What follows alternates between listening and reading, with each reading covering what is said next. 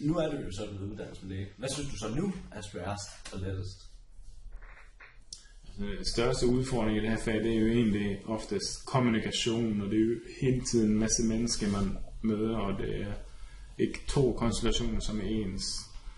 Så kommunikationen, hvordan man midler og forstår hinanden. Okay. Det er nok den store udfordring. Men også det er enormt spændende. Ja, helt klart. Altså nogle ting, du synes er grænseoverskridende? Hele tiden. Ja. Fra at få stykket en uvasket fod op i fjæset og kigge på nogle negle med svamp, eller lave gynækologiske undersøgelser, eller tale om ting som, ja, det kan være alt fra seksuelle problemer til afvigende interesser. Det er mange gråzoner og grænseoverskridende ting, vi møder i vores hverdag som praktiserende læge. Kunne du vælge, eller nævne en af de ting, som du nævnte? Ja, nu har jeg nævnt nogle stykker der, ja.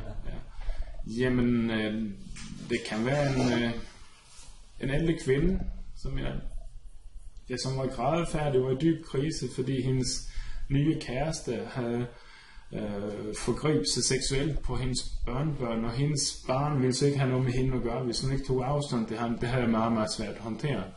For det vækkede så mange følelser, og ja, så det synes jeg virkelig var grænseoverskridende. Og det var langt udenfor, hvor jeg egentlig var skolet, og hvor jeg har lært noget om som læge. Ja, helt klart. Ja.